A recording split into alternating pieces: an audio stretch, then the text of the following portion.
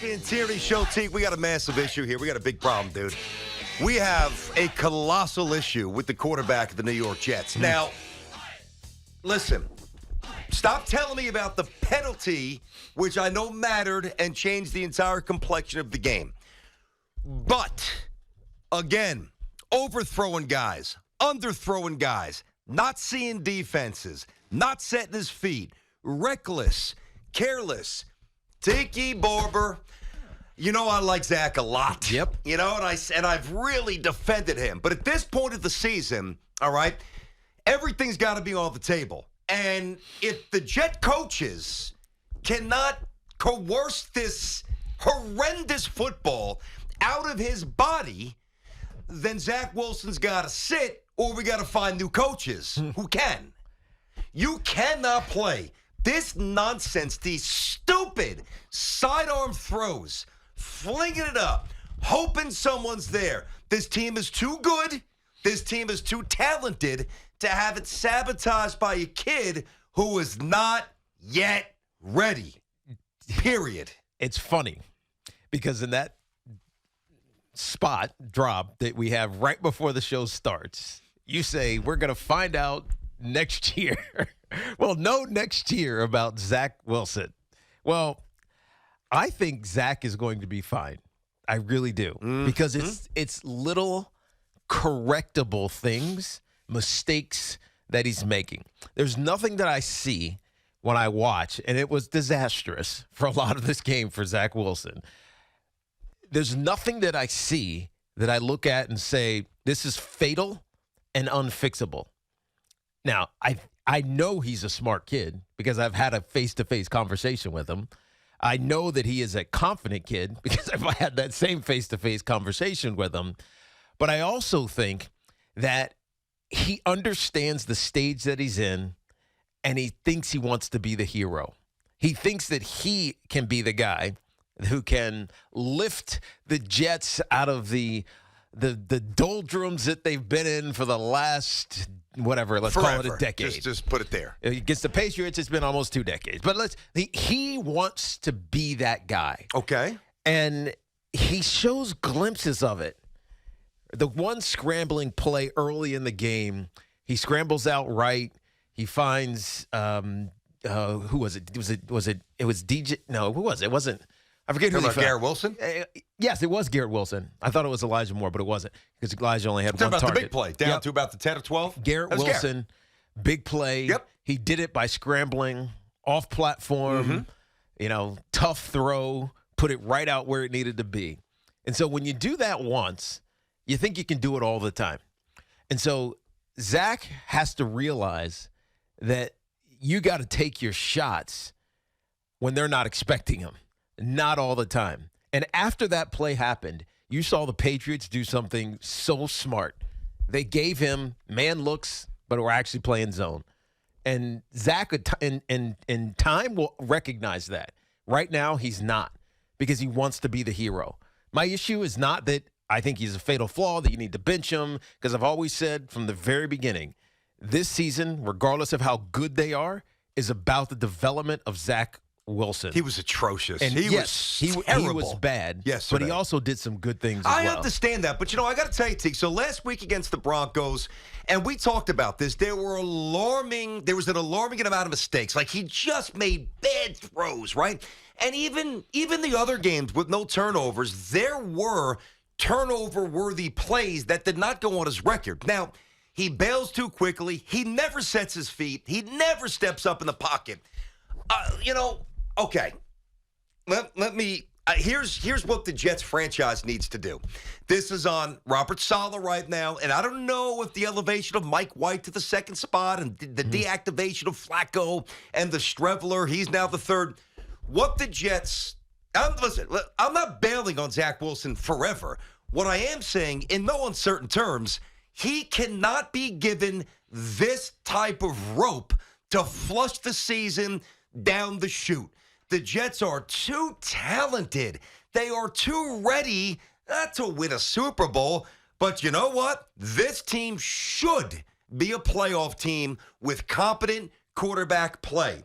And I thought it would, even though I tweeted bench him, I was out of my mind yesterday. Yesterday I said bench him, whatever. Maybe I'll take that tweet back, whatever. But maybe not. Okay, but moving forward, in the moment you bench him, it corrects him. Oh, maybe if the coaches actually get it out of him, and Zach actually takes ownership and stops trying to play hero ball and actually resembles a professional quarterback. But see, I think the onus is now on the Jets organization, and it starts with the head coach. And I like Saleh. He's doing a really good job this year. And I like the GM.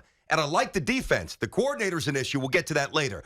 The New York Jets cannot tolerate this anymore. Now, that doesn't mean you take the kid, you throw him in the sewer, and you discard him.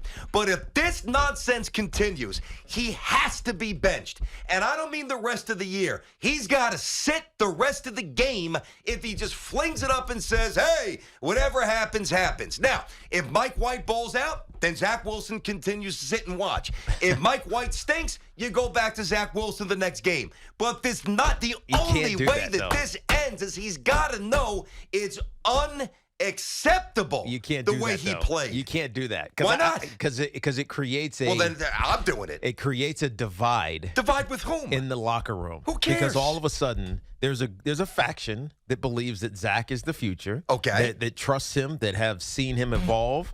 In slight ways to be the leader of this team. Okay. But he's making mistakes, and he's got to grow. Everybody knows this. He's 23 years old. I can live with mistakes. I can't live with the mistakes that he's making. But you know what? There's a difference, You know what's interesting?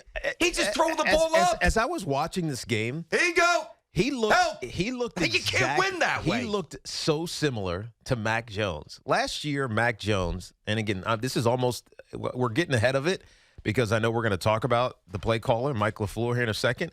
But last year, Mac Jones looked like a Pro Bowler, and so much of it was Josh McDaniels. Now, Josh McDaniels is a terrible head coach. I mean, you got shut out by the Saints in Las Vegas. He's a terrible head coach. But his play calling and his direction and detail with Mac Jones allowed Mac Jones to be pretty damn good last year. Watching Mac Jones this year, it looked like Zach Wilson this year. Without the athleticism. Exactly. Yeah. Bad decisions. Yeah, I don't think Mac Jones is nothing. Exactly. Bad decisions, bad Mac Jones, he'll be gone in a year. ideas, Stinks. bad everything. He stinks. He looked terrible. He looked lost.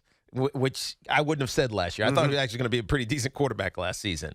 Zach Wilson and Mac Jones are in the same draft class, and they're both second-year quarterbacks who are now getting the full brunt of these defensive coordinators' schemes, and they're confusing, and it gets you out of whack.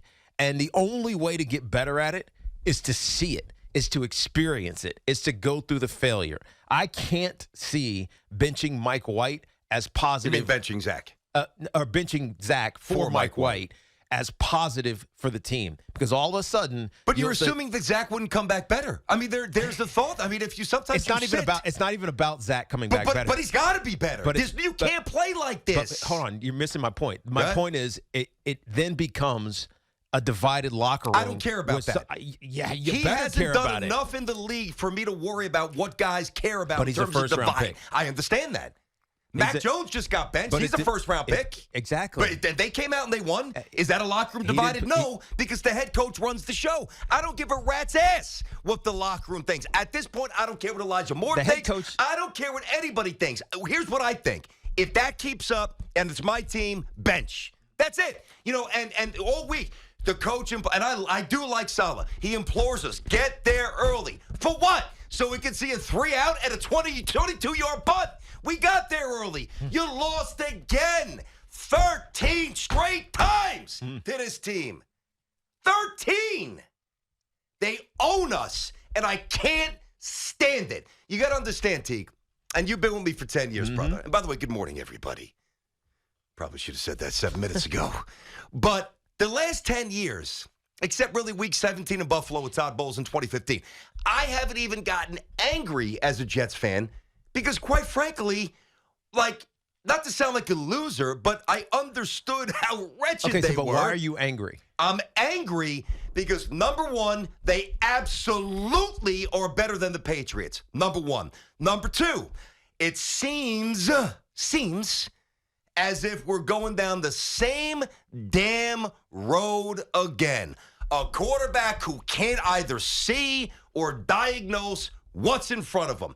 How do you throw a ball flat-footed, fold it away, and fling it sidearm like you're Peraza from shortstop for the Yankees or Lindor for the Mets? How do you do that?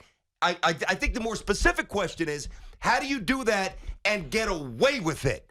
I know why you might do it, because you're young. Yes. I get it. Messages need to be sent. And you know what? Everything's got to be on the table for me, for the Jets. And if he continues to do this, bench. I'm sorry. I mean, so let me get this straight. So when Zach Wilson throws 17, 18 times, the offense does okay because he's not asked to do anything. The first time he's asked to do something, he looks awful. Let's not dress this up. And I'm a big Zach Wilson supporter, probably too much. He was wretched yesterday, atrocious, professionally substandard. And if people want to live with this, that's fine. I'm not. I've seen it too much. Do you think he gets better? I got to have a plan B. Do you think he gets better? I don't know, because I don't believe in the offensive coordinator. I don't think he's very good. Yeah. So why would I? Now, if you ask me, do I think Zach's got the talent? I do. Do I think he's got the brains? I do. Do I think he's got the want? I do. But, how long could you hang on to that stuff for? It's his only second game. It's their second season. Okay. It's the seventh game of his, actually the eighth game of his second year in the NFL. I think the issue for Jet fans is that because the talent increased so much around this team, that the expectation took a similar bump. And so now Jet fans are pissed off when you lose games to, say, the New England Patriots. Whether they're inferior or not is immaterial. And it undercuts your expectation. And so you need someone to blame. And the person to blame right now is Zach Wilson, obviously. Now, let's face it. They still could have won that game yesterday. Obviously there was other things contributing to the loss other than Zach Wilson throwing 3 interceptions. But despite that, they lost by 5. And if it wasn't for the ridiculous, I don't even know if it was a roughing the passer call on at pick 6. I thought it was. Slightly. Yeah, but stop being selfish, Myers. Yeah, but I guess he launched into him. But he did. We get the benefit it's a nickel and dime call, but it's the NFL But now. we get the benefit of slow motion. Yeah. In slow motion, it looks like that. In real time, it's like he hit him right when the ball came out. But it's not the first time he's done this, and it's not the first time he's been called for this. You've got to learn. My point is that the expectation was elevated. But as I've said from the very beginning, and it's different with the Giants, this season for the Jets is all about the development of Zach Wilson. If that doesn't happen over the year and week over he's week, getting worse. Then you need to come back to earth with the Jets' expectations. Well, that's kind of where I am. I'm on Earth. I was on planet Mars last week thinking we'd win. I guess I'm back to Earth. You always got to be cautious. I understand that. You know what? Listen, by the way, there's a big, if we're sitting here today and the Jets lost 24-23, 27-23, 30-27, Zach threw a late pick because he didn't, Belichick had some exotic scheme and he didn't see the safety. He confused him. I can live with that. We can't live with what we saw yesterday. There are young mistakes, and then there are mistakes that rattle your belief to the core as to whether or not they've got the right guy. And right now, that's where I'm trending. It was that bad. 8-7. You don't see guys making multiple throws around the NFL. Not one, multiple times. You can't even throw the ball out of bounds. No, there's no excuses for that. Coach it out of them or sit them. 877-337-6666.